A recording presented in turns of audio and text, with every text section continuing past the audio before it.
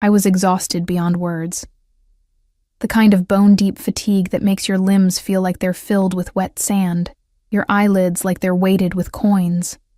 3 connecting flights in 2 days will do that to you. The fluorescent airport lights had left an imprint behind my eyes, and the recycled air had dried my skin to a papery texture that no amount of overpriced airport water could fix. The boarding call for my final flight home was a relief. First aboard, at least. The one small luxury I'd allowed myself after receiving my first real paycheck from the art gallery, where I'd finally landed a job after months of rejection. 1 first-class ticket, just this once. Final boarding call for Flight 1422 to Boston, the gate attendant called, her voice carrying the practiced neutrality of someone who had repeated the same phrases thousands of times. I clutched my ticket, adjusted my worn messenger bag, and approached the gate. The attendant's eyes flickered over my casual attire, jeans with a small paint stain on the thigh, a wrinkled blouse I'd hastily changed into in an airport bathroom, and scuffed boots that had seen better days. Her smile tightened almost imperceptibly, but she scanned my ticket without comment. "Enjoy your flight, Miss Carter." The jetway stretched before me like a portal to salvation. Just a few more hours and I'd be home, able to collapse into my own bed in my tiny apartment. The thought was almost enough to bring tears to my eyes. As I stepped onto the plane, the flight attendant's greeting was warm. "Welcome aboard. 3A is on your left, just past the galley." The first-class cabin was a different world. The lighting was softer, the air somehow fresher. Only 6 rows, 2 seats on each side of the aisle. Most were already occupied by men in expensive suits, or women with perfect blowouts and designer luggage. I felt painfully out of place as I searched for my seat, 3A. Window seat. I found it, and almost sobbed with relief when I saw it was empty. I stowed my bag in the overhead compartment, my arms protesting the motion, and practically fell into the wide leather seat. It enveloped me like a cloud, and I closed my eyes, allowing myself to sink into its embrace. The sounds of boarding continued around me. The rustle of coats, the quiet murmurs of conversation, the occasional laugh. I kept my eyes closed, trying to disappear into the seat, to become invisible. Just a few more minutes and I could sleep. A subtle shift in the air around me made my eyes flutter open. A scent cut through the bland airplane smell. Expensive cologne with notes of cedar and something darker, earthier. The type of scent that didn't come from a department store display. "Excuse me," a voice said, low and close to my ear. "I believe you're in my seat." I turned, ready to explain that there must be some mistake, but the words died in my throat. Standing in the aisle was a man who seemed to absorb all the light and attention in the cabin without trying. Tall, broad-shouldered, in a suit that probably cost more than 3 months of my rent. The fabric draped perfectly over his frame, clearly custom-tailored. Dark hair swept back from a face that was all angles and shadows. High cheekbones, a strong jaw dusted with the perfect amount of stubble, and eyes so dark they appeared almost black in the cabin lighting. His presence radiated authority, but it was more than that. There was something dangerous about the way he held himself, something coiled and controlled beneath the veneer of sophistication. Behind him, slightly offset to his right, stood another man, shorter, wider, with watchful eyes that never seemed to stop moving, scanning the cabin in a continuous sweep. I fumbled for my ticket in my bag, my fingers suddenly clumsy. "I'm sorry, I have 3A. I pulled out the crumpled boarding pass and held it up, trying to keep my hand from trembling. The man didn't look at it. Instead, his gaze remained fixed on me, assessing, calculating. Then, to my surprise, his lips curved into a smile that never quite reached his eyes. He leaned closer, close enough that I caught another wave of that intoxicating scent. Close enough that I could see flecks of amber in his dark irises. "Don't move, darling," he murmured, his voice a caress that sent an involuntary shiver down my spine. "Stay exactly where you are." Before I could respond, he straightened and addressed the man behind him. "Marco, help the gentleman in 3B find another seat." The broader man, Marco, nodded once and moved away without question. The dark-eyed man slid into the aisle seat beside me with fluid grace, his shoulder brushing against mine in a way that felt deliberate. But I started, confusion making my thoughts fuzzy. This isn't right. If this is your seat, I should move. I insist, he said, his tone light but brooking no argument. He extended a hand toward me, and I noticed the heavy gold signet ring on his pinky finger, Luca Moretti. I hesitated before taking his hand. His skin was warm, his grip firm, but not crushing. Emma Carter. Emma. He said my name like he was tasting it. A pleasure. Marco returned, giving a small nod to Luca. It's taken care of. Luca didn't acknowledge the information. His attention still focused entirely on me. First time in first class, Emma? The question made my cheeks heat with embarrassment. Was it that obvious? Is it that obvious? His smile widened fractionally. You look at everything with appreciation. The regulars take it all for granted. A flight attendant appeared at his side, leaning down slightly. Mr. Moretti, can I get you anything before takeoff? Scotch, neat, and whatever the lady desires. The attendant turned to me with a professional smile. And for you, miss. Just water, please, I said, my throat suddenly dry. When she left, Luca turned those intense eyes back to me. Where are you returning from, Emma Carter? Something about the way he said my full name made it sound like he was memorizing it. San Francisco. I was there for work. I didn't know why I was sharing even that small detail with him. And what kind of work takes you to San Francisco? I shifted in my seat, uncomfortable with his interest, but unable to be rude. I work for an art gallery in Boston. I was meeting with a new artist we're featuring next month. Something flickered in his eyes. Interest, perhaps. Art. How fascinating. What kind? Contemporary, mostly. The artist I met with works with reclaimed materials, creating beauty from what others have discarded. I stopped myself, feeling foolish for rambling. Beauty from discarded things. He repeated thoughtfully.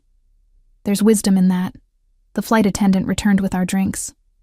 Luca took his without looking at her, his eyes never leaving my face.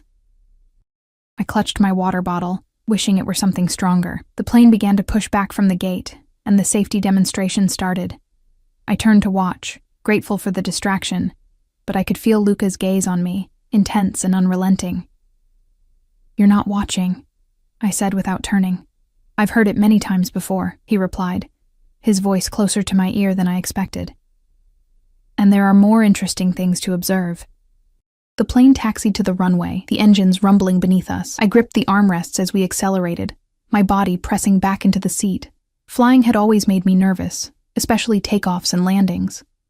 A warm hand covered mine on the armrest.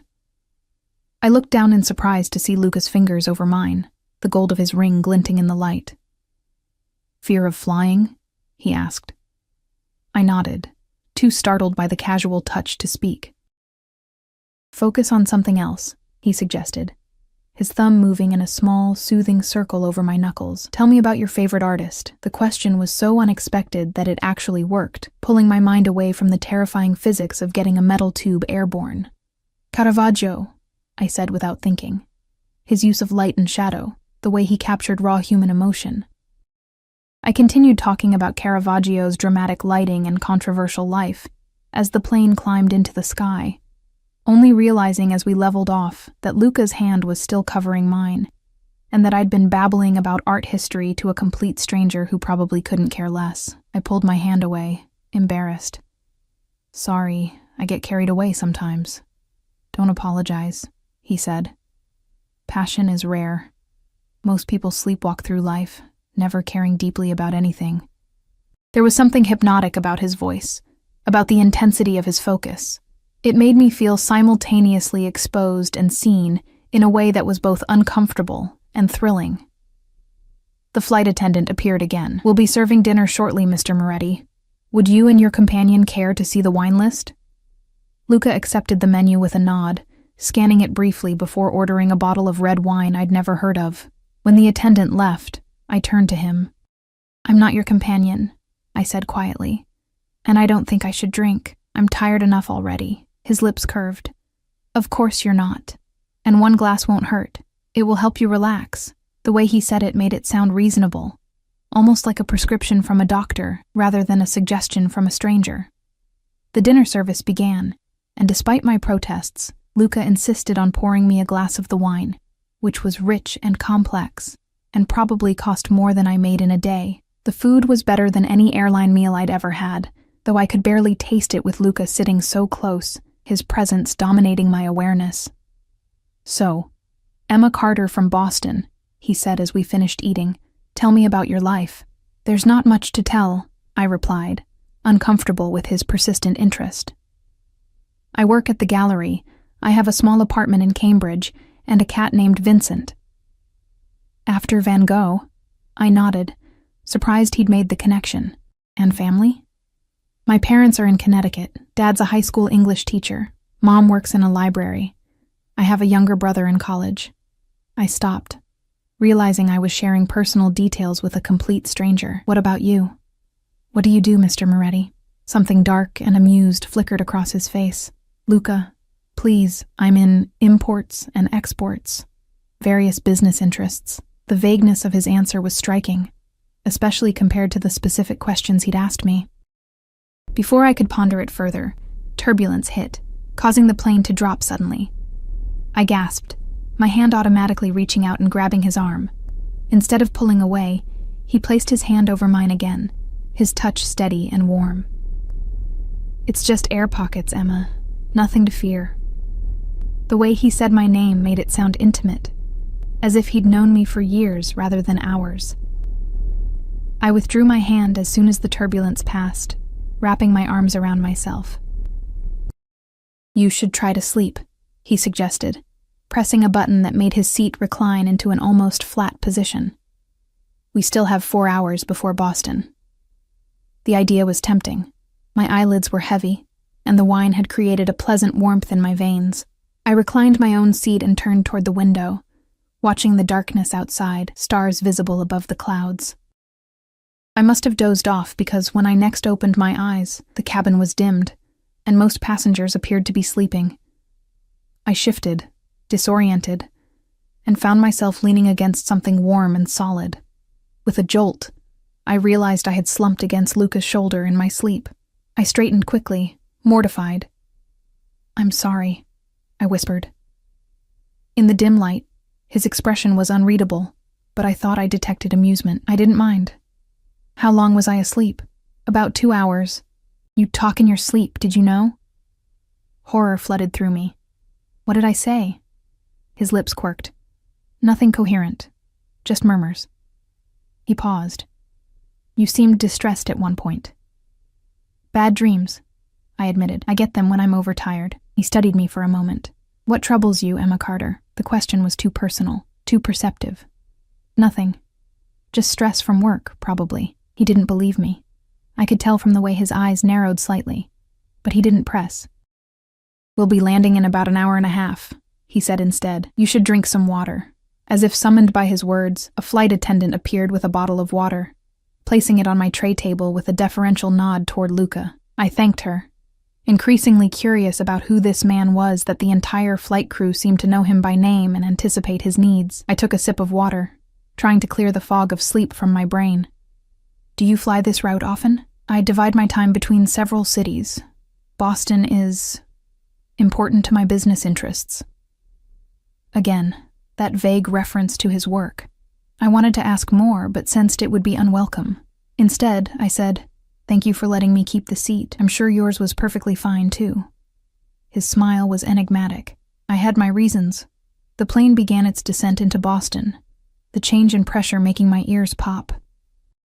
Outside the window, the city lights appeared, scattered like fallen stars against the darkness. I'd always loved this view, the moment when a place transitions from abstract concept back to concrete reality. "Beautiful, isn't it?" Luca's voice was close to my ear again. I nodded, not turning from the window. "I always think it looks like constellations." "Most people see chaos," he mused. "You see patterns and beauty." Something about his observation made me turn to look at him.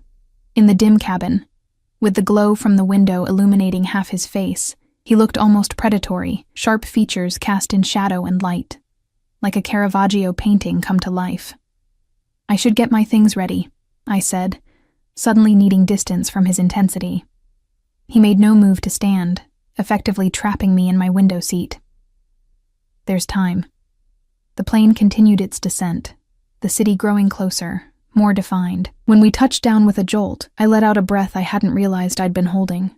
Luca's hand briefly covered mine again, a fleeting pressure that was gone before I could react. As the plane taxied to the gate, passengers began stirring, gathering belongings, turning on phones. Luca remained perfectly still beside me, unhurried, as if the world operated on his schedule, rather than the other way around. "Do you have someone meeting you?" he asked, as the seatbelt sign dinged off. "No, I'll take a cab." The thought of navigating the airport, finding transportation, and finally reaching my apartment suddenly seemed exhausting. Luca watched me, his dark eyes missing nothing. "You're tired." It wasn't a question, but I nodded anyway. "I have a car waiting," he said, his tone casual, but brooking no argument. "I'll take you home." Alarm bells rang faintly in my head. "That's not necessary. I don't want to inconvenience you." "It's not an inconvenience. It's on my way." "You don't even know where I live." His smile was slow and knowing. "Cambridge, you said." "Near the gallery, I assume." The fact that he remembered that small detail was both flattering and unsettling. Still, the thought of a comfortable car instead of waiting in line for a cab was tempting. Before I could respond, Marco appeared in the aisle beside our row, standing with quiet vigilance. He hadn't been seated near us during the flight, and I wondered where he'd been. "Everything is ready, sir," Marco said, his eyes scanning the cabin in that same continuous sweep. Luca nodded and finally stood, buttoning his suit jacket with an elegant flick of his wrist. He stepped into the aisle but turned back to offer me his hand. "Shall we?" I hesitated only a moment before taking it, allowing him to help me up. His grip was warm and strong, steadying me as I swayed slightly from exhaustion. The flight attendants all bid goodbye to Luca by name as we exited, their smiles a touch more genuine than their professional masks. Marco walked ahead of us, creating a path through the jetway with his broad shoulders and watchful presence. "Why does everyone know you?" I asked as we entered the terminal.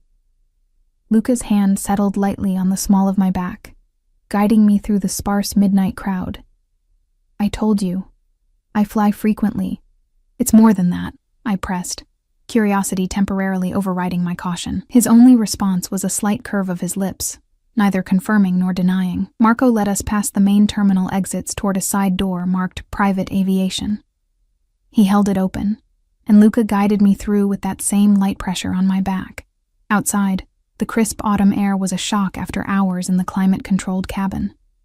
A sleek black SUV with tinted windows waited just steps from the door. Another broad-shouldered man in a dark suit stood beside it, opening the rear door as we approached. Marco took up position on the opposite side of the vehicle, his eyes continuously scanning our surroundings. The normalcy of the situation, accepting a ride from a stranger, was rapidly dissolving. This was not someone who simply flew frequently.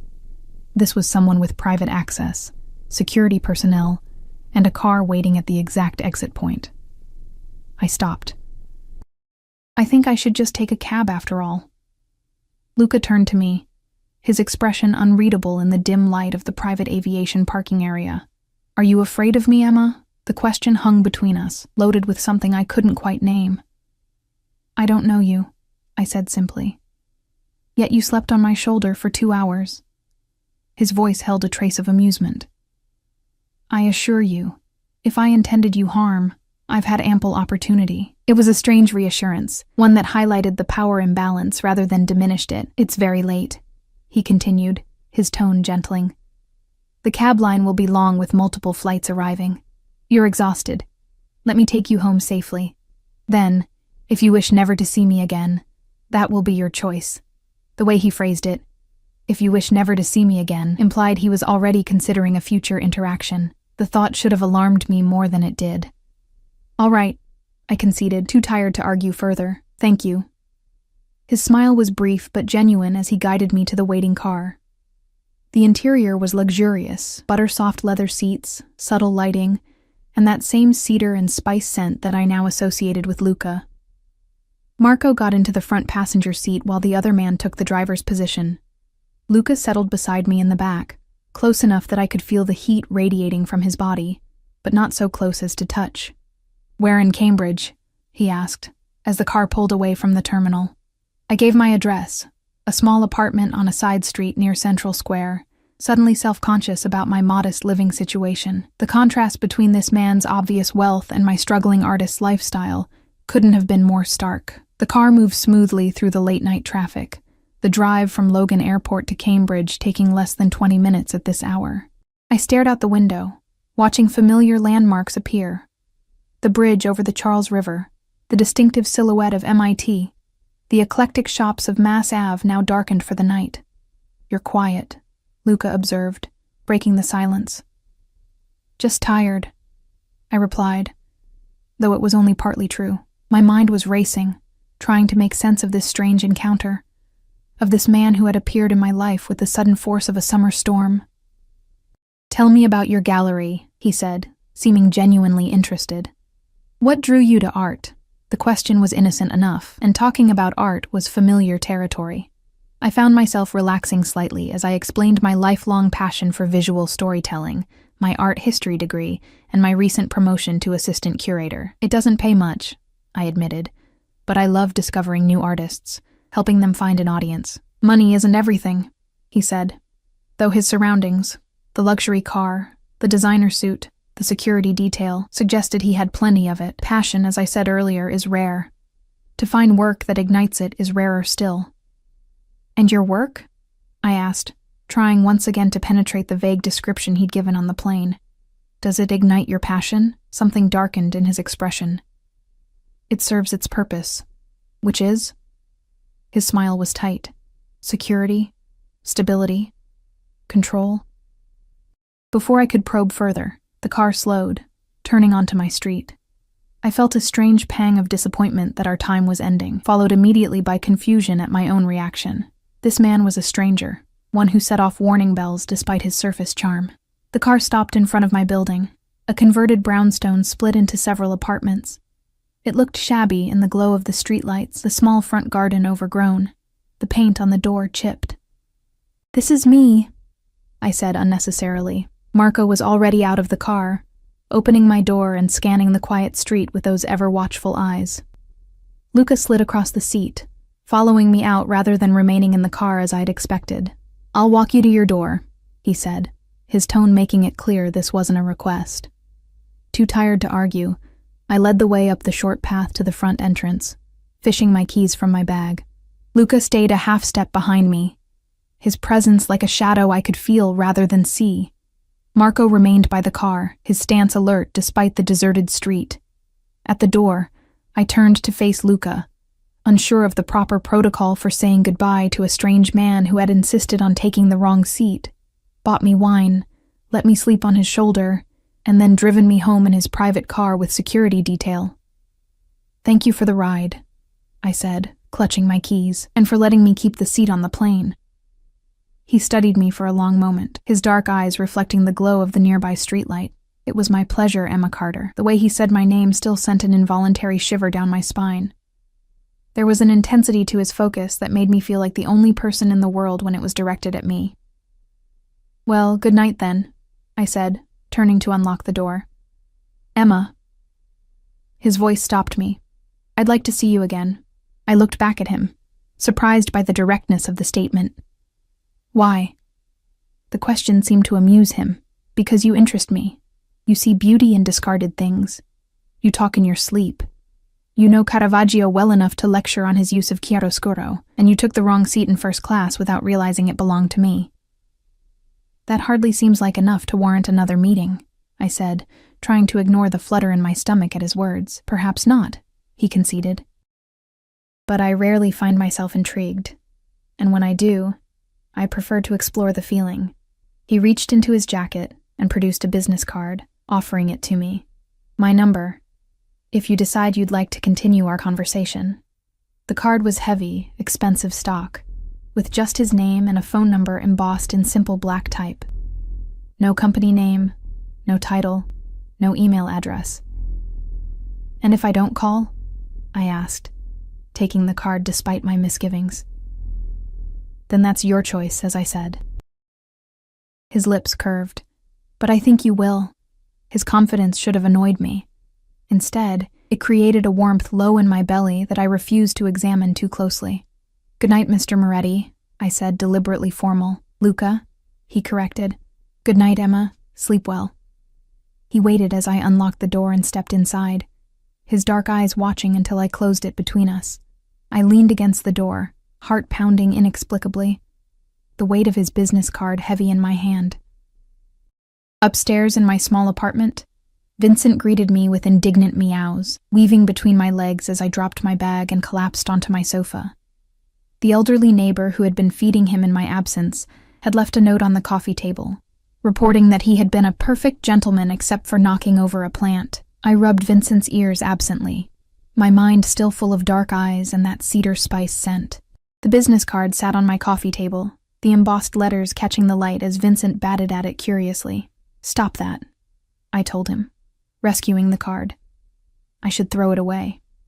Nothing good could come from continuing any association with a man like Luca Moretti, a man with security guards and private airport access, a man whose business was so vague it might as well have been invisible.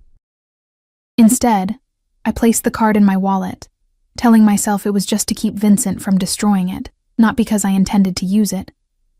I slept fitfully that night, dreaming of dark eyes watching me from shadows, of gentle hands covering mine during turbulence, of a voice that caressed my name like it was something precious. I woke before my alarm, disoriented and unsettled, the memories of the strange flight and stranger ride home, mixing with the fragments of my dreams, until I wasn't sure what had actually happened and what I had imagined.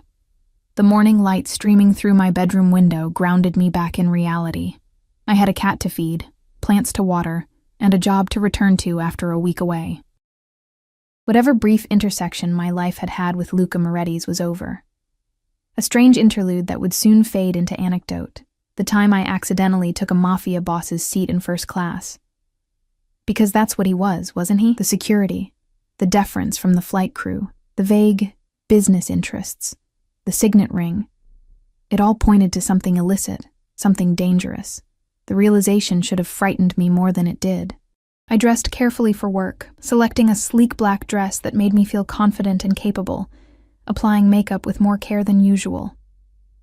It had nothing to do with the possibility of running into a certain dark-eyed man, I told myself. Boston was a big city, the chances of accidentally crossing paths were minimal, and I certainly wasn't going to call him. The gallery was a converted warehouse space in Cambridge, all exposed brick and polished concrete floors, with track lighting that could be adjusted to highlight different works. Walking in felt like coming home after my week away. The familiar smell of paint and paper and the subtle scent of the lavender oil my boss used to clean the surfaces greeted me as I pushed open the heavy glass door. There she is. Our wandering curator returns. David, the gallery owner and my boss, emerged from his office with arms spread wide. He was a slight man in his 60s with wild gray hair and round glasses that gave him the look of a mad scientist rather than an art dealer. "Tell me you convinced Alicia Chen to let us show her installation." "I did," I confirmed, unable to keep the pride from my voice. "She's shipping the main pieces next week. I have the preliminary sketches to show you." "Magnificent." David clapped his hands together. "This calls for coffee. The good kind, not the sludge from the break room." As he bustled about, I settled at my desk in the corner of the main gallery space, organizing my notes from the San Francisco trip. The morning passed in a blur of emails, phone calls, and excited planning for the upcoming exhibition. It wasn't until lunchtime, when David insisted I take a break and get some real food, not that sad sandwich you packed, that I found myself walking to a nearby cafe, my mind drifting back to the events of the previous night. The business card seemed to burn in my wallet, a temptation I was determined to resist. The cafe was crowded with the lunch rush, students from the nearby university mixed with professionals from the surrounding offices. I waited in line, scanning the menu board and trying to ignore the strange sensation that had settled between my shoulder blades. The feeling of being watched. I turned slowly, my eyes sweeping across the cafe. Nothing seemed out of place, just the usual lunch crowd, everyone absorbed in their own conversations or phones, and yet, the sensation persisted, that prickling awareness that someone's gaze was fixed on me. As I reached the front of the line, I ordered a salad and iced tea, still glancing around uneasily. The barista handed me a number for my table, and I found a small empty spot near the window, sliding into the chair with my back to the wall, a position that gave me a view of the entire space. My phone buzzed in my purse. I pulled it out, expecting a text from David about work, but the number was unfamiliar. With a frown, I opened the message. The salmon salad is better than the chicken. And their iced tea is too sweet. Ask for it unsweetened. My heart stuttered in my chest. I looked up sharply, scanning the cafe again, more carefully this time. How did he know where I was? How did he have my number? As if in answer to my unspoken questions, another text appeared. I'm not watching you, if that's what you're wondering. Marco mentioned seeing you enter the cafe. Your number was on the gallery website. The explanation should have calmed me. Instead, it raised more questions. Why was Marco near my workplace? Why would Luca Moretti, a man who clearly had better things to do, take the time to look up my work information and text me about lunch recommendations? My salad arrived. Chicken, not salmon. And I stared at it. Appetite suddenly diminished. After a moment's hesitation, I typed a response. Is Marco following me? The reply came immediately, not at my instruction. He was securing a location for a business meeting nearby. Coincidence. I wasn't sure I believed in coincidences, especially not when they involved men who traveled with security details. Before I could decide how to respond, another text arrived. Have dinner with me tonight. It wasn't a question. The presumption should have annoyed me, and part of me wanted to refuse on principle. But another part, a part I wasn't proud of, thrilled at the invitation, at the idea of seeing those dark eyes again. I have plans tonight, I lied, giving myself time to think. Tomorrow then. Again, not a question. I took a bite of my salad, chewing slowly as I considered my response. The chicken was indeed a bit dry, and the tea too sweet. I pushed both aside. Why? I finally replied, echoing my question from the night before. The response took longer this time, as if he was carefully considering his words, because I find myself thinking about you, and I prefer to address distractions directly. The bluntness of his admission was startling. I was a distraction to be addressed. It wasn't romantic or flattering, yet there was something refreshingly honest about it. And wasn't I distracted too? Hadn't his face, his voice, haunted my dreams? Fine. Tomorrow. I wrote back before I could change my mind. But I choose the place. Cafe Nero on Newbury Street. 7 p.m. I selected a public location, a busy cafe where we would be surrounded by people, safer than whatever exclusive restaurant he might have suggested. I'll see you there, Emma Carter. Even in text, the way he used my full name sent a shiver through me. I finished my lunch quickly, unsettled by the exchange, and eager to return to the gallery where the familiar surroundings might ground me. As I walked back, I scanned the street, wondering if Marco was nearby, if those watchful eyes might be tracking my movements even now. The afternoon dragged, my mind unable to focus fully on work. David noticed my distraction, but attributed it to jet lag, suggesting I leave early to rest. I declined, needing the routine and normalcy to counter the strangeness that had entered my life. By the time I left the gallery, dusk was settling over Cambridge.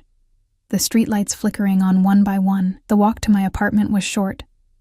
Just 10 minutes along familiar streets, lined with trees beginning to shed their autumn leaves.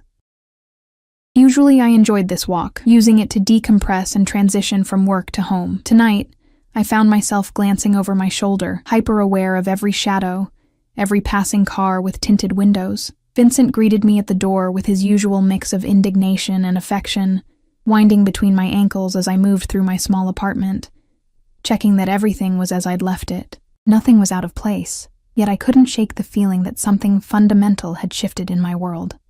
I fed Vincent, then stood staring into my nearly empty refrigerator, the prospect of cooking too exhausting to contemplate. Instead, I ordered delivery, then ran a bath, hoping the hot water might wash away the day's tension. As I soaked in the lavender-scented water, I tried to make sense of my own actions. Why had I agreed to meet Luca again? The sensible part of my brain screamed that he was dangerous, that nothing good could come from associating with a man who was almost certainly involved in criminal activities. Yet another part, a part driven by curiosity, by the undeniable attraction I felt, couldn't resist the pull of him. One dinner, I told myself, one conversation in a public place. Then I would satisfy my curiosity and move on with my normal life. The next day at the gallery passed in a blur of preparations for Alicia Chen's exhibition. Crates needed to be scheduled for delivery, wall space measured and marked, lighting planned. The work kept my mind occupied, preventing it from dwelling too much on the evening ahead. As closing time approached, David waved me out the door. "Go home, get some rest. You still look tired." What I looked, though I didn't say it, was nervous. I'd changed outfits 3 times that morning, finally settling on a deep blue wrap dress that was modest enough for work, but nicer than my usual attire.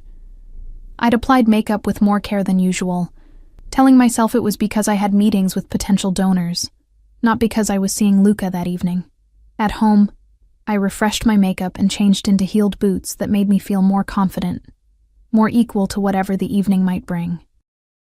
Vincent watched from the bed, his yellow eyes unblinking. "Don't look at me like that," I told him. "It's just dinner." He flicked his tail in what seemed like judgment. The trip to Newberry Street took longer than expected, the subway crowded with evening commuters. By the time I emerged at the Copley station, I was running a few minutes late. I hurried down the upscale shopping street, past boutiques and galleries now closed for the evening, their displays illuminated in the growing darkness. Café Nero was busy, as I'd hoped it would be, filled with the after-work crowd sipping wine and sharing appetizers. I scanned the space, half expecting Luca to be late, to make me wait as a power play. Instead, I spotted him immediately. He sat at a corner table, positioned with his back to the wall and a clear view of both the entrance and the entire cafe, the same position I'd chosen in the cafe near my work. Unlike the other patrons in casual after-work attire, he wore another impeccable suit, this one a deep charcoal that made his olive skin glow in contrast. He wasn't looking at his phone or a menu. He was simply watching the door, waiting. When his eyes found me, something shifted in his expression. A slight softening around the mouth, a focus that seemed to exclude everything else in the room. I made my way to his table, weaving through the crowded space. As I approached, he stood, an old-world courtesy that seemed at odds with the casual cafe setting. "Emma," he said, just my first name this time, but still with that same inflection that made it sound like more. "You look lovely." "Thank you," I replied, taking the seat across from him. "Have you been waiting long?" "Not at all." He sat after I did, signaling a server with a subtle gesture of his hand. I took the liberty of ordering a bottle of wine. "Unless you'd prefer something else," I glanced around, noting the absence of Marco or any obvious security. "No bodyguards tonight." A smile touched his lips. "They're nearby. I thought their presence might make you uncomfortable." The fact that they were still there, just hidden, was somehow more unsettling. "You didn't answer my question yesterday," I said, deciding to be direct. "Why is Marco watching my workplace?" Luca's expression remained impassive. As I said, he was securing a location for a meeting. The fact that it was near your gallery was coincidental. "You expect me to believe that?" "I expect you to accept it as the answer I'm willing to give," he replied, his tone mild, but with an underlying firmness that made it clear pushing would be futile. The server arrived with a bottle of red wine, presenting it to Luca with deference that suggested he was a regular, despite having chosen my selected location. Luca nodded his approval without examining the label, and the server poured 2 glasses before retreating. "You come here often?" I asked, surprised. "I have interests throughout Boston. I make it a point to be familiar with many establishments." Again, that vagueness about his business. I took a sip of the wine. It was excellent, rich and complex, with notes of dark fruit and something earthier. "What exactly are your business interests, Luca?" I asked, deciding to be direct. "Imports and exports is very broad." He studied me over the rim of his wineglass. "Various goods, luxury items primarily." That's not really an answer. It's the one I'm giving. His tone remained conversational, but there was steel beneath it. "Now, tell me about your exhibition preparations." The artist from San Francisco. Chen, was it? The deliberate change of subject was obvious, but I allowed it, telling him about Alicia's work with reclaimed materials, her vision of transformation and rebirth through art. To my surprise, Luca listened with genuine interest, asking perceptive questions that revealed a deeper knowledge of art than I'd expected. "You know art," I observed after we'd ordered food, a margarita flatbread to share, at his suggestion. "I appreciate beauty," he replied, his eyes holding mine in a way that made it clear he wasn't just talking about paintings. "And I collect things that interest me." There was something possessive in the way he said it, something that made me think of how he'd insisted I stay in his seat on the plane, how he'd texted me about my lunch choices, how he'd appeared in my life with the sudden force of a storm and seemed disinclined to leave it. "Is that what I am?" I asked, my voice lower than I'd intended. "Something to collect?" His expression darkened, a flash of something dangerous crossing his features before it was masked again. "You're not a thing, Emma. You're a puzzle, one I'm still trying to solve." "I'm really not that complicated," I said, uncomfortable with his scrutiny, "just a regular person living a regular life." "Yet you see beauty where others see trash," he countered. "You speak of art with passion that transforms your entire being. There's nothing regular about that." The flatbread arrived, steam rising from the fresh mozzarella. Luca waited for me to take the first piece, his manners impeccable despite the casual setting. "Why art?" he asked as we ate. "What drew you to it?" The question was personal but innocent enough. I found myself telling him about my childhood visits to museums with my librarian mother, about the first time I saw a Monet up close and felt like I was falling into it, about the summer internship at a small gallery that had set me on my current path. "My parents wanted me to pursue something more practical," I admitted, "but I couldn't imagine doing anything else." "Parents often confuse practicality with happiness," Luca said, something in his tone suggesting personal experience. "They forget that a gilded cage is still a cage." "Is that what happened to you?" I asked, sensing an opening. "Did your parents push you into your business?" His smile was thin. In a manner of speaking, family expectations can be binding. It was the most personal thing he'd revealed, a glimpse behind the careful facade. I wanted to press further, but the sudden tightness around his eyes warned against it. Instead, I asked, "Do you have siblings?" "A younger sister," he replied after a moment's hesitation. "In Italy." "Do you see her often?" "Not as often as I'd like." A genuine softness entered his expression when he spoke of her. "She's studying literature at the University of Bologna, far from the family business, by her choice and my insistence." The statement confirmed what I'd begun to suspect, that whatever Luca's business interests entailed, they weren't something he wanted his beloved sister involved in. The revelation made him more human, more complex than the dangerous, powerful figure I'd first encountered. "Tell me about your brother," Luca said, deftly turning the conversation away from himself. "You mentioned he's in college?" "Yes, at Yale. He's studying engineering, the practical one in the family." I smiled fondly, thinking of my younger brother with his logical mind and kind heart. "He's brilliant, really. Always has been. You're proud of him." It wasn't a question, but I nodded anyway. "Very. He works so hard." "Family is important," Luca said, his voice taking on a different quality, deeper, more resonant, the only true loyalty in this world. There was something almost religious in the way he said it, like a fundamental truth he lived by. It made me wonder about his family beyond the sister he'd mentioned, about the parents who had shaped him into the man sitting across from me. "What about your parents?"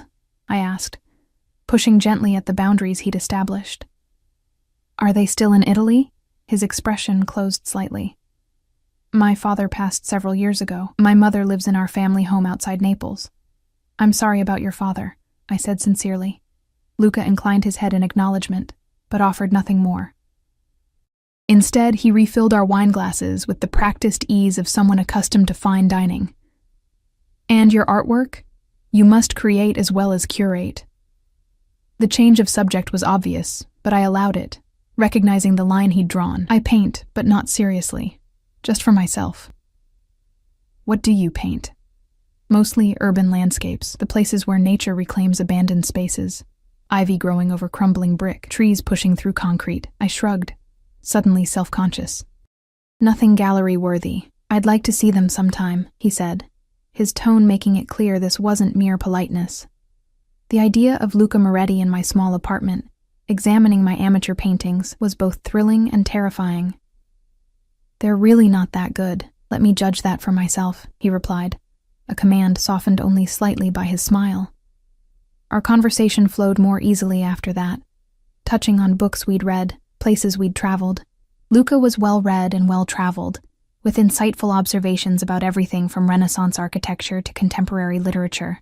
He spoke of Florence with such intimate knowledge that I could almost see the sunlight on the Arno through his descriptions. "You should visit," he said when I expressed my desire to see Italy someday. "The galleries in Florence would appreciate your perspective." "It's on my someday list," I replied, thinking of my modest savings account that barely covered emergencies, let alone European travel. "When I can afford it." Something flickered in his eyes, not pity, but a sort of calculation. "Perhaps sooner than you think."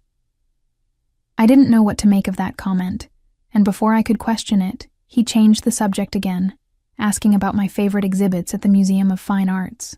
The conversation shifted to safer territory, the easy exchange of artistic opinions and experiences. As we finished our wine, I realized with surprise that 2 hours had passed.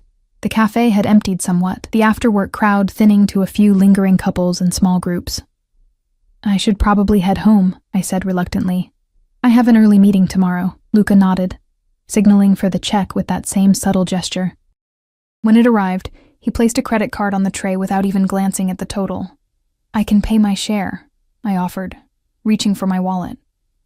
"Please don't insult me," he said, his tone light, but his eyes serious. I subsided, uncomfortable with his largesse, but recognizing that the amount was insignificant to him. When the server returned with his card, Luca added a cash tip that made the young man's eyes widen.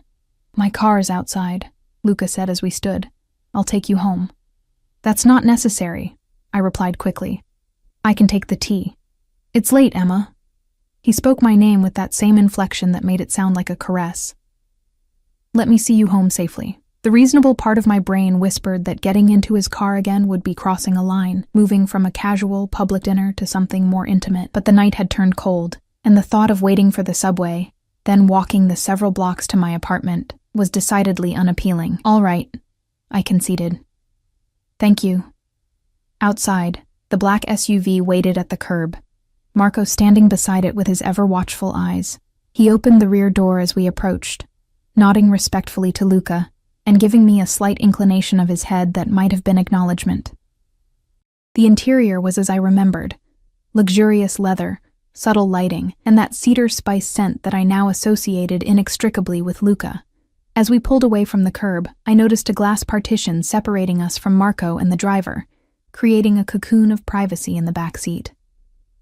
"You enjoyed yourself tonight," Luca said, a statement rather than a question. "I did," I admitted. "You're not what I expected." "What did you expect?" I hesitated, unsure how to articulate my preconceptions without offending him.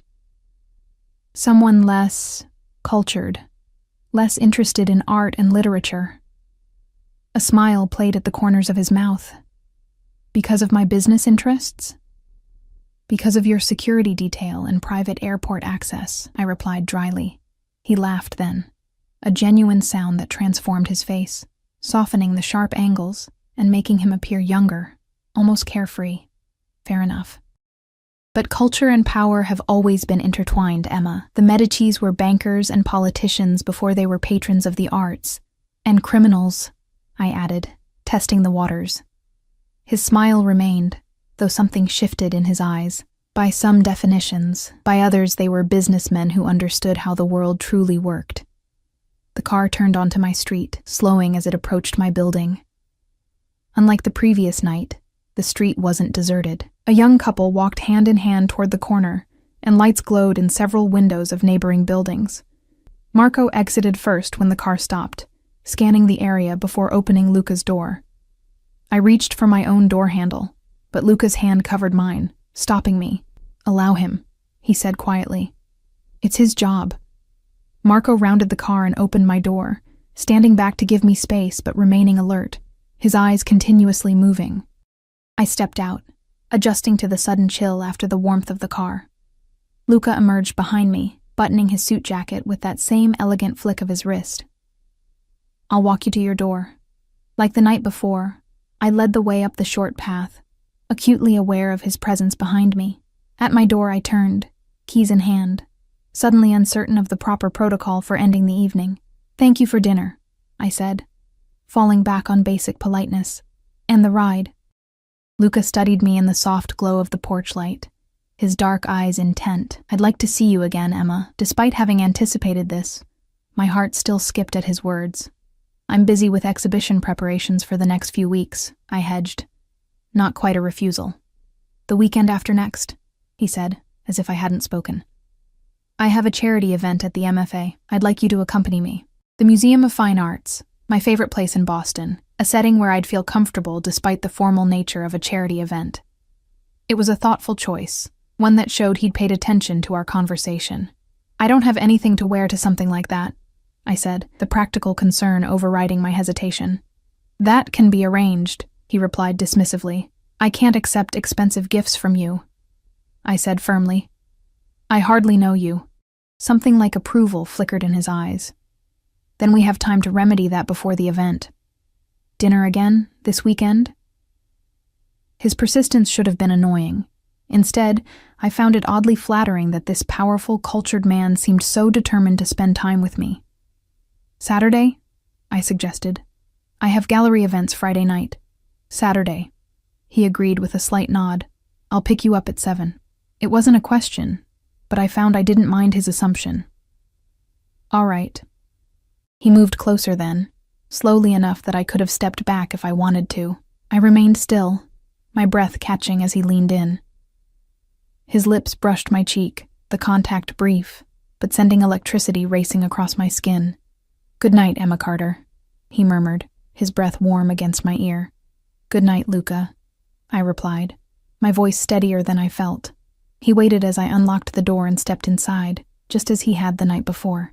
This time, I glanced back before closing it, catching a final glimpse of his tall figure illuminated in the porch light, his eyes still fixed on me with that same intense focus.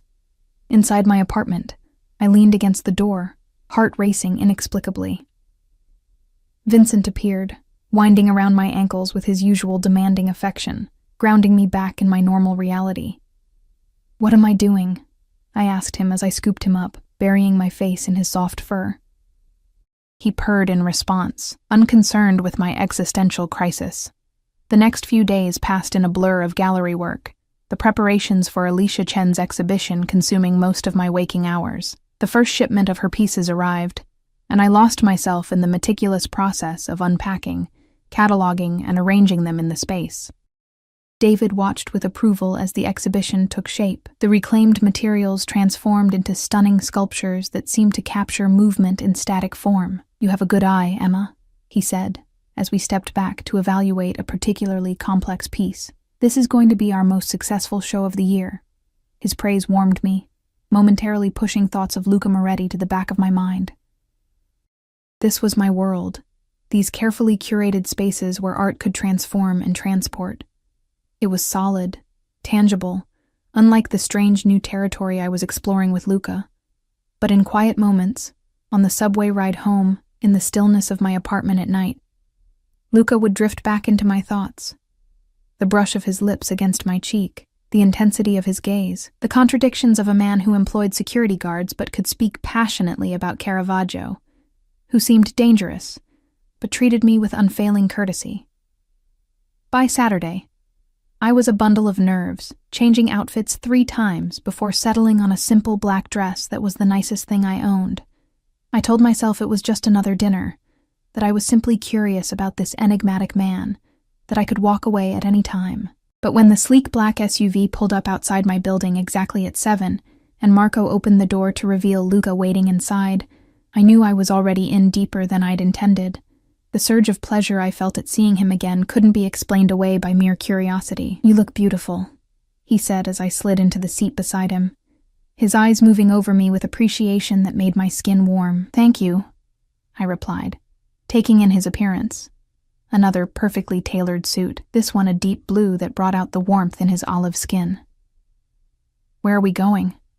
I thought you might enjoy something different tonight," he said, a hint of mystery in his tone. A little surprise. "I'm not particularly fond of surprises," I admitted, a flutter of unease in my stomach. Luca's lips curved slightly. "Trust me, Emma." Those 3 simple words hung between us, loaded with meaning beyond this moment, this car ride. Did I trust him? Could I? Should I? The car moved through the Boston streets, heading away from the city center. I watched familiar landmarks disappear, replaced by areas I rarely visited, until finally we turned onto a narrow road leading to the harbor. Lights reflected off the dark water, boats bobbing gently at their moorings. "The harbor?" I asked, curious despite my apprehension. "Patience," Luca replied, that enigmatic smile still playing at his lips.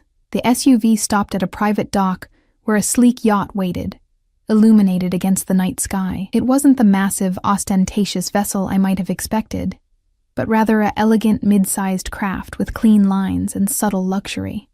Marco opened my door, and Luca guided me toward the gangplank with a light touch at the small of my back. A crew member stood at attention, nodding respectfully as we approached. "Mr. Moretti, everything is prepared as requested." "Thank you, Anthony," Luca replied, his hand never leaving my back as we boarded. The yacht's interior was stunning: polished wood, cream leather seating, and subtle lighting that created an atmosphere of intimate luxury. Through large windows, the Boston skyline glittered across the harbor, the city transformed into a constellation of lights. "This is unexpected," I said, taking it all in. "You said you like urban landscapes," Luca replied, guiding me toward the bow. "I thought you might appreciate a different perspective of Boston." The thoughtfulness of the gesture caught me off guard. He'd listened not just to my words, but to what lay beneath them, my artist's eye, my appreciation for seeing familiar things from new angles. On the forward deck, a table had been set for dinner, complete with candles protected from the gentle breeze by crystal holders. A bottle of wine was already breathing, 2 glasses waiting. "You've thought of everything," I murmured as he held out a chair for me. "I try to," he said, taking the seat across from me. With a subtle gesture to a waiting crew member, he set the evening in motion.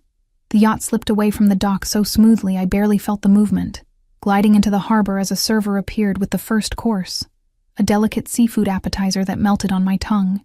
Luca poured the wine himself, a rich red that complemented the food perfectly. "Tell me what you see," he said, nodding toward the city skyline as we drifted past.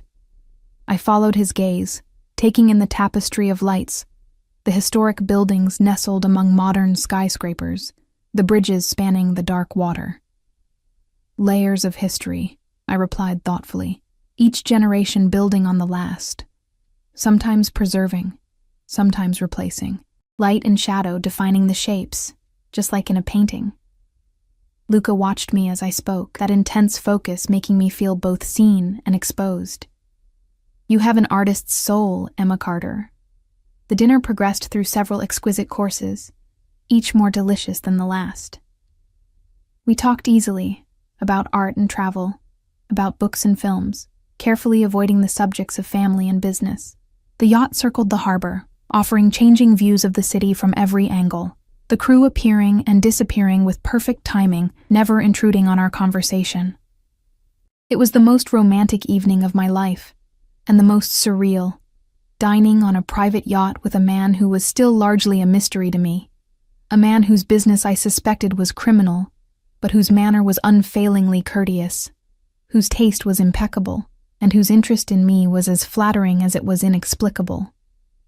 As dessert was cleared away, a delicate chocolate creation that paired perfectly with the after-dinner port Luca had selected, he rose and offered me his hand. "Walk with me?" I took his hand, allowing him to lead me to the stern of the yacht where a small, more private deck offered a view of the wake stretching behind us, a silvery path on the dark water. The night air had grown cooler, and I shivered slightly in my sleeveless dress. Without comment, Luca removed his suit jacket and draped it over my shoulders. It was warm from his body, enveloping me in his scent, that now familiar cedar and spice that made my pulse quicken. "Cold?" he asked, standing close enough that I could feel the heat radiating from him. "Not anymore," I replied, pulling his jacket tighter around me. "Thank you for tonight. It's been magical. I'm glad you've enjoyed it." His voice was lower, more intimate in the privacy of the stern deck. "I've wanted to show you this side of Boston since you mentioned your paintings." Again, that attentiveness to what I'd shared, that desire to connect with my interests. It was a seduction more effective than any grand gesture could have been. "Luca," I said, gathering my courage, "what is this? Between us?" He turned to face me fully, his dark eyes reflecting the lights from the shoreline. "What do you want it to be, Emma?" "I don't know," I admitted. "You're not someone I would normally—" I broke off, unsure how to continue without offending him. "Someone you would normally, what, date?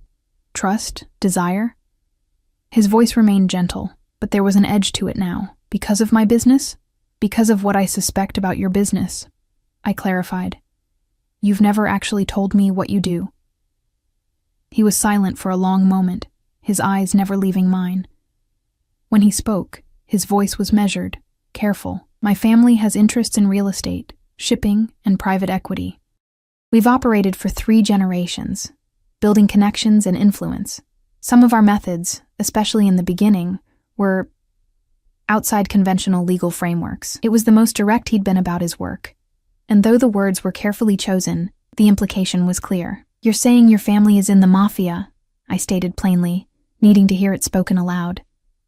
"That's an oversimplification," he replied, neither confirming nor denying. "The world isn't divided into neat categories of legal and illegal, Emma. There are gray areas, spaces between what's written in law books and how business actually functions, and you operate in those gray areas." "Sometimes," he acknowledged. "But my interests are primarily legitimate now. The family business is evolving, as all things must." I absorbed this, turning to look out at the water, gathering my thoughts. "Why me, Luca? You could have anyone. Someone from your world. Someone who understands those gray areas better than I ever could." His hand came to rest lightly on the small of my back, his presence solid and warm beside me. "Because you see beauty in discarded things. Because you understand transformation. Because when you talk about art, you come alive in a way that most people never do about anything." He turned me gently to face him, his hands settling at my waist. "And because from the moment you took my seat and looked up at me with those defiant, exhausted eyes, I haven't been able to think about anything else." The raw honesty in his voice made my breath catch. Before I could respond, he continued, his grip tightening slightly. "I should warn you, Emma. I'm not a man who gives up easily once I've decided I want something, or someone." There was possession in his tone, a hint of the danger I'd sensed from the beginning. I should have been frightened, should have pulled away and ended this strange connection before it went any further. Instead, I found myself leaning closer, drawn to the intensity of his focus, to the heat of his body so near mine. "And what if I don't want to be wanted?" I challenged, my voice barely above a whisper. His smile was slow, knowing. "Then say the word, and I'll have Marco take you home. You won't see me again." The choice was mine, clearly, explicitly mine. I could walk away now, return to my normal life of gallery openings and modest ambitions. Or I could step into Luca's world, with all its luxury and danger, its shadows and complexities. "And if I do want to be wanted?" I asked, my heart racing. In answer, Luca's hand came up to cup my face, his thumb tracing the line of my cheekbone with surprising gentleness. "Then know that I want all of you, Emma. Not just for tonight. Not just for the charity event. I want to know every layer, every shadow and light. I don't share what's mine, and I protect what I care about. With everything I have." The possessiveness of his words should have alarmed me. Instead, they sent heat spiraling through my body. There was something intoxicating about being wanted so completely by a man like Luca Moretti. A man who could have anything, or anyone, he desired. "I'm not yours," I said, needing to establish that boundary even as I leaned into his touch. "Not yet," he agreed, his eyes darkening. "But I'm a patient man, Emma Carter. And I think we both know where this is leading." When his lips finally met mine, it was with a restraint that surprised me, a gentleness that belied the intensity in his eyes. His hand slid from my face to the back of my neck, cradling my head as the kiss deepened, becoming something hungry and demanding. I responded with an eagerness that shocked me, my hands gripping the front of his shirt, pulling him closer. All the tension that had been building between us since that first moment on the plane seemed to ignite, transforming into a heat that left me breathless. When we finally broke apart, Luca's breathing was as uneven as mine. His composure fractured for the first time since I'd met him. His eyes had gone almost black, his hands still holding me close against him. "Tell me to stop," he said, his voice rough with desire. "If that's what you want." But it wasn't what I wanted. Despite all the warning bells, despite the rational part of my brain listing all the reasons this was a terrible idea, I wanted Luca Moretti with an intensity that frightened me. "Don't stop," I whispered, and watched something primal flash in his eyes before his mouth claimed mine again. 6 months later, I stood in the gallery surrounded by Alicia Chen's transformed objects, watching as Boston's art community circulated through the space, champagne glasses in hand. The exhibition had been a triumph, selling out almost completely on opening night, bringing attention to both Alicia's work and our small gallery. "There you are." A familiar voice in my ear made me smile before I even turned. Luca stood behind me, impeccable as always in a tailored suit, his dark eyes warm as they met mine, the curator of the hour. "Hardly," I demurred, though pride swelled in my chest at the exhibition's success. "It's Alicia's night, and you made it possible." He handed me a glass of champagne, his fingers brushing mine in that deliberate way he had of maintaining contact. "David tells me 3 major galleries have approached him about collaboration since this show opened." I sipped the champagne, savoring the moment. He's worked so hard for this recognition. "As have you." Luca's hand settled at the small of my back, a possessive gesture I'd grown accustomed to over the months we'd been together. "Are you ready to go? The reservation is for 9. We were celebrating not just the exhibition's success, but my recent promotion to full curator, with an increased salary that, while still modest by Luca's standards, represented a significant step in my career. He'd insisted on dinner at Boston's most exclusive restaurant, brushing aside my protests about the expense.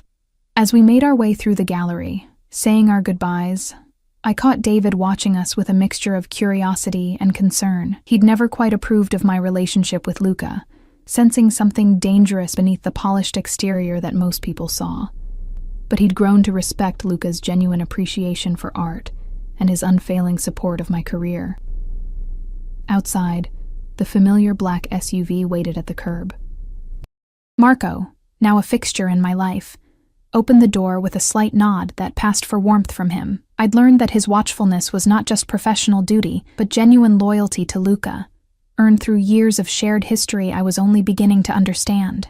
As the car pulled away from the gallery, Luca took my hand, his thumb tracing the delicate gold bracelet he'd given me on our 3-month anniversary.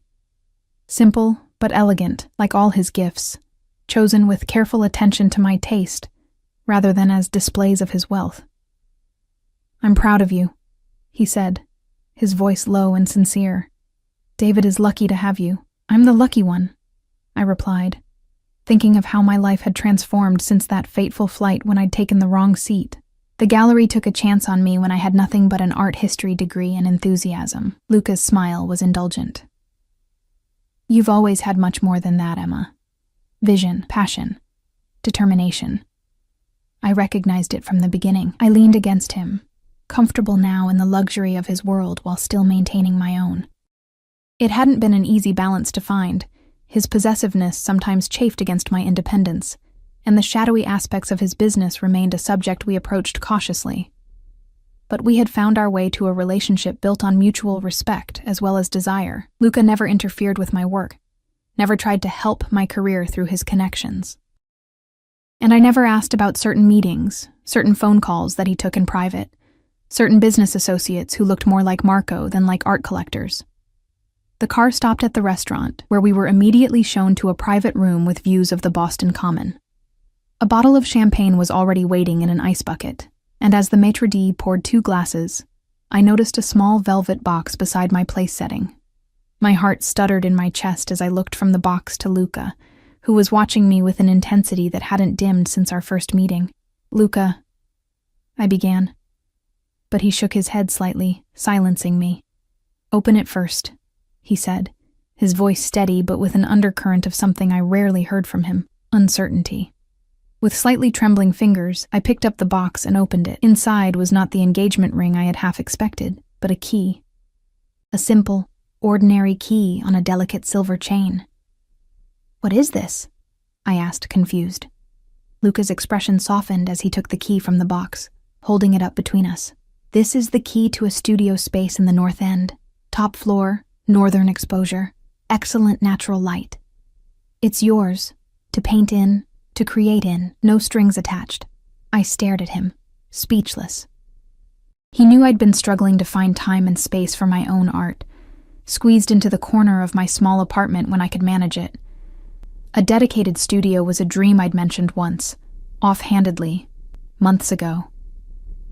"I can't accept this," I said automatically, though my fingers itched to take the key to claim the space he was offering.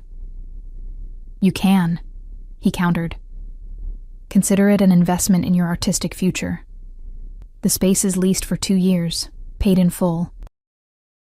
What you create there is entirely yours, whether you sell it, show it, or keep it private." The careful way he phrased it, emphasizing my autonomy, my ownership of whatever I created, revealed how well he'd come to know me, to understand my fierce independence alongside my creative ambitions. "Thank you," I whispered, overcome by the thoughtfulness of the gift. He placed the key and chain in my palm, closing my fingers over it. "I want to see what you'll create when you have the space to truly work. Your urban landscapes, your transformations. I want to see the world through your eyes, Emma." As I looked into Luca Moretti's dark eyes, I realized how far we'd come from that first night on the plane. He was still dangerous, still powerful, still operating in those gray areas he'd spoken of. But he was also the man who listened when I talked about art, who respected my work, who understood my need for both security and freedom. And I was still the woman who had taken the wrong seat in first class. But I was also someone who had found her voice, her confidence, and her path, both professionally and personally. "I love you," I said, the words still new enough between us to carry weight. His smile was slow and genuine, warming his eyes in a way few people ever saw. "And I love you, Emma Carter. Never doubt that." As he leaned across the table to kiss me, I knew our story was just beginning. There would be challenges ahead. His world and mine still existed in different orbits, intersecting but distinct. There would be compromises, arguments, moments of doubt. But as Luca's lips met mine, I was certain of one thing: taking the wrong seat that night had led me exactly where I was meant to be.